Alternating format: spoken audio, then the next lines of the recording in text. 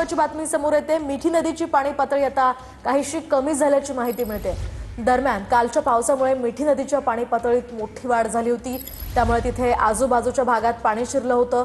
मिठी नदीचं पाणी क्रांतीनगर भागातील लोकांच्या घरांमध्ये शिरलं होतं। मात्र आता सध्या मिठी नदीची पाणी पातळी ही काहीशी कमी झाल्याची दृश्य आपण पाहतोय।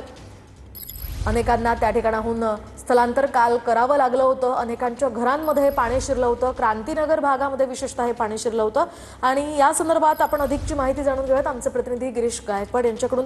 गिरीश, काय सांगाल? मिठी नदीची पाणी पातळी सध्या कमी झाल्याचं पाहायला मिळतंय।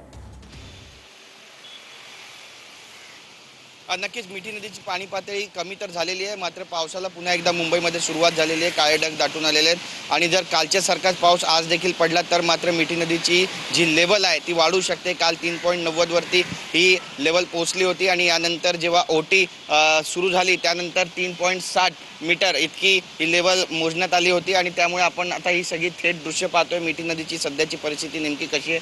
ठिकठिकाणी आपल्याला पाणीच पाणी दिसतंय आणि अकराळ विक्राळ स्वरूप जे आहे ते सध्या मिठी नदीनं धारण केलेलं आहे। अगदी तुडुंब मिठी नदी भरलेली आहे आणि कधी याचं जे पाणी आहे ते मोठा पाऊस झाला तर आसपासच्या असलेल्या वस्त्यांमध्ये सुद्धा शिरू शकतं। आणि काल ज्या पद्धतीनं क्रांतीनगर परिसर असू द्या, बैल बाजार परिसर असू द्या किंवा Kurla CST road, Kurla LBS road या संपूर्ण परिसरामध्ये मिठी नदीचं पाणी आलं होतं आणि यामुळे जनजीवन विस्कळीत झालं होतं। नागरिकांना नाहक त्रासाला सामोरं जावं लागलं होतं। नागरिकांचं मोठं, दुकानदारांचं सुद्धा मोठं नुकसान झालं होतं आणि त्यामुळे आपण पाहतोय की आता मिठी नदीच्या बाबतीत प्रशासन सुद्धा सतर्क झालेलं आहे। बऱ्याचशा NDRFच्या टीम आहेत, त्यांना सुद्धा स्टँड बायवर ठेवण्यात आलेलं आहे। त्यासोबतच महानगरपालिकेच्या आपत्ती व्यवस्थापन विभागाकडून सुद्धा मॉनिटरिंग कंटिन्यू सुरू आहे आणि नेमकी आता परिस्थिती जसा जसा पाऊस वाढेल त्याची कशी असणार आहे हे सुद्धा पाहणं तितकंच महत्त्वाचं असणार आहे। एकंदरीतच आपण जर पाहिलं तर मिठी नदी जेव्हा जेव्हा भरते तेव्हा तेव्हा नागरिकांना अशाच पद्धतीनं सामोरं जावं लागतं आणि मोठ्या समस्यांना त्यांना तोंड द्यावं लागतं मोहिनी। आणि त्यामुळे नेमकी आता प्रशासनाची भूमिका आज तरी काय असणार आहे